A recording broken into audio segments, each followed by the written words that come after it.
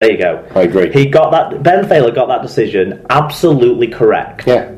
Absolutely correct. I genuinely think the only thing that Castleford really have is that they, have a bit of previous with him and weren't happy that he was dismissive of Luke Gale, who more and more recently has got a fucking right touch of the Danny Ruffs about him, to be honest with you. Yeah, but that's because he's grown in stature in terms of a leadership role as well, and I think he's carrying a bit of that. It's just he needs to learn how to do it for the betterment of his team. Precisely.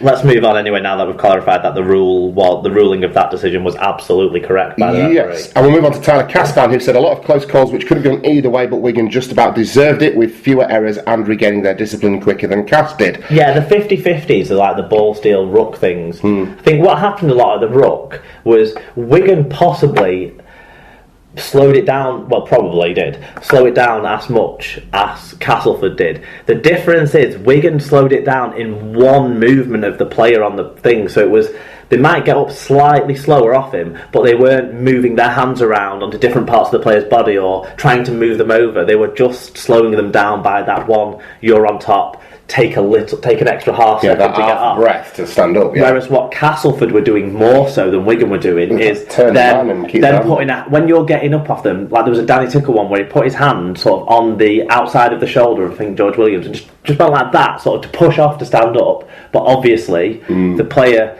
milked it a little bit, not as much as Luke Dawn did twice later in the game when make-up penalties were being given. But they were 50-50 calls. A lot of those could go either way, but you usually tend to find if the ball comes loose at the end of it and the hands are still there, you're going to get a penalty. And I think the referee was consistent on that. It's just Wigan did it in a different way, so it didn't look like it was as bad an offence because they weren't moving the player again. Do you see what I mean? Yeah, no, I agree. Jack Base 8 said credit to Cass against a good 14-man Wigan side. Just wish Failer was fair. Hopefully he gets the drop into the Championship. Wakey White said it was a great game. Cass are awesome with ball in hand, just unlucky on a few key plays which cost them the game. Also, despite the number of points shipped, thought Wigan's defence was impressive. Failer got a lot of stick through the game, but I thought it was brilliant. Strong with the players and got 99% of the calls right. Yeah, I agree. Tyler Cass fan, can't everyone shut the fuck up about what time the game finishes on Sky? They have 2 lots of adverts at half time, so the half time break is longer, and they have video refs, so of course it lasts longer than non-televised games. Yes, very good point. I still think 10 past 10 is pushing it a bit. You think so? I would say it's pushing it a bit, yeah. I always expect Sky games to finish 10 minutes after, or 10 to 15 minutes later, maybe, than a non-Sky game, but 5 to 10 is the latest they should be finishing in my mind. Okay. Why does it matter? I just think it's late. I don't understand why games should be going over 2 hours when there's no major injuries in the game. Right. That's all. All right.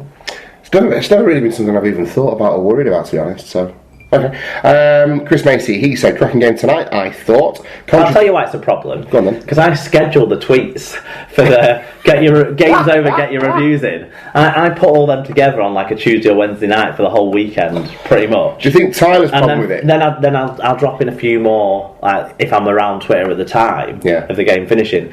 So this and I put the first one late on this one, and just by coincidence, really, and it beat it by about a minute. Right. So it actually that works out okay. Tied out okay, but yeah, sometimes my one on Friday night was due to go at 10 o'clock. Well, that's an understandable gripe. The only thing I can think of, the only thing I can think of that it's upsetting Tyler about is that it's after his bedtime, and he's like, "No, but Mum, no, game's not finished yet. No, Cass could win it, Mum." And she's like, "Get up to your room, Tyler." And it's just all kicking off in the Cass fan household, possibly. Tyler's at the game. Come on, he's not. I've no idea. Watching it on TV. I've no idea. Well, it depends what his bedtime is. Like most of us Wigan fans this week. It depends what his bedtime is, doesn't it? Yeah, and you didn't. No. Crowds were great this week. I think part of it is the Magic weekend. Yeah. And the fact that you're not going to want to go on a long away trip. So this weekend's away games were all pretty long distances for teams. True. I mean, you've got Catalan at home. Yeah. So that meant one set of travelling fans would have to go a long way, but you'd probably plan for that already before the season starts. But you might not go to Magic weekend because you're going to France. Yeah.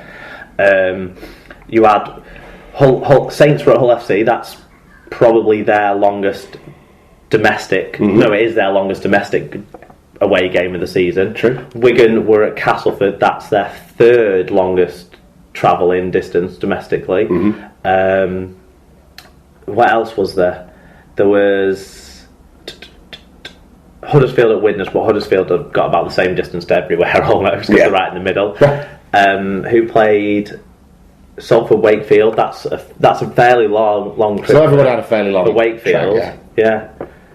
I'd say so, yeah. Possibly so, yeah, okay. Chris Macy, he said, cracking game tonight, I thought. Contrary to Pal's half jab at Cass's, at the ref, Cass's discipline in the first half stunk, and they paid for it. Warriors seem to be getting into their stride at a decent time of the season. Yeah, I'd agree with that. Thoroughly good contest this evening. Yeah, I certainly think it was an exciting game, helped by Cass's attacking ability that you always thought they could strike if they got something right, and helped by the fact that the pitch is so small there. Every penalty is worth almost a penalty and a half. Yeah. As soon as you're kicking past the halfway line, you're in good nick, aren't you? Yeah. Right. Okay. So to Friday night then, and there was 2 kickings for 2 West Yorkshire teams. We'll start at the AJ Bell. West Salford with 38 points to 8 winners over Wakefield. Wakefield at 1 point with 11 men on the pitch, Mark. Yeah, there was the 2 sin binnings. Wakefield have got the worst discipline. They've given away the most cards and they've given away the most penalties this season so far. So that's one thing that Chris Chester hasn't addressed with them. To be honest, if you'd have looked at this at the start of the season, or even 4 or 5 weeks ago, it wouldn't be a shock result at all. So Wakefield fans can't be too disappointed about travelling to Salford, who are a good team at home, and losing. No. What they possibly could be a bit disappointed about is it seemed like some of the scores were fairly straightforward, but then again, you put that in the context of having 12 or 11 men at those times, and the ones like the one where Louis scored, domestic spousal abuser, or Louis scored off the Adam Wallen break, and there was the Ryan Lannon break as well, where he ran through the whole team without being touched from like halfway. This is Ryan Lannon. People. Yeah, this is anybody's majorly. It's not exactly like he's known for his off the mark speed and ability to step a fullback and all of that. So obviously there was aspects to it that were disappointing defensively from a Wakefield point of view, but Salford on the other hand seemed to control it pretty well to get to 38 points. Then you can only beat what's in front of you, so fair play to Salford. There was a couple of forward passes in this game for tries from the highlights I've seen, but I think one both way, so it evens itself out, and no one seemed to be thinking Joe Cobb did anything particularly out of line in this game, so that's nice to hear. It is, definitely. Okay, so tell us the story of this one then. Okay, 4 more errors contributed for Salford having slightly fewer carries than Wakefield did, but they made a lot more metres at 1.1 metres per carry better average gain. They had an extra break in attack complemented by better tackle success in defence and 3 fewer penalties. Discipline was an issue for the league's worst discipline sides, as Wakefield conceded 11 penalties and saw 2 sin binnings. There you go. And individually, who stood out for us? Junior Sal grabbed a try, had 5 tackle busts, 144 metres at 3 clean breaks.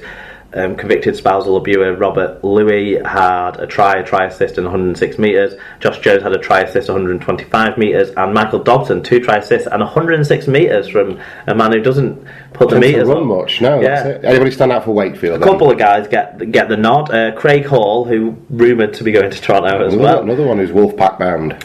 2 try assists, 147 metres, 2 clean breaks, and Joe Arundel 118 metres. Well, there you go. Diane RBW got in touch, said the weirdest thing for one team to have 2 players in the bin. No idea what happened there, but obviously Salford weren't bothered. Good win for them, and much needed given their points deduction. I'm sure Wakefield will get back on the horse soon enough.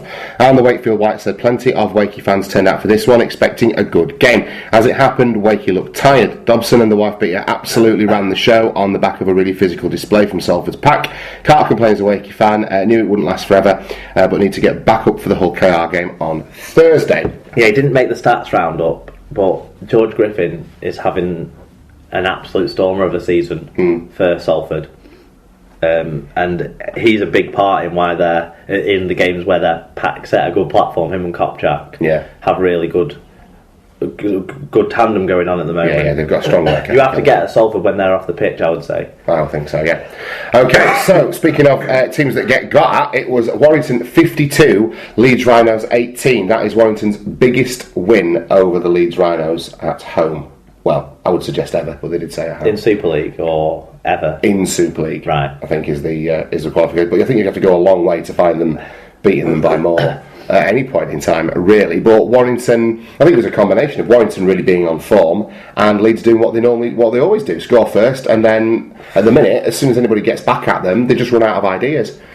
It's I'm not going to say it's tough to watch, but it's not enjoyable to watch. You want to see competitive games. What wasn't enjoyable to watch in it was how easy some of the tries were to score. The defence, look, scoots from dummy half under the sticks. If you're Leeds Rhinos, you've got to look at yourselves, and if you're the defending man there, if you're the man that's letting that happen to you, you've got to ask yourself some questions about your commitment and what have you, because you can put it down to good hooker play.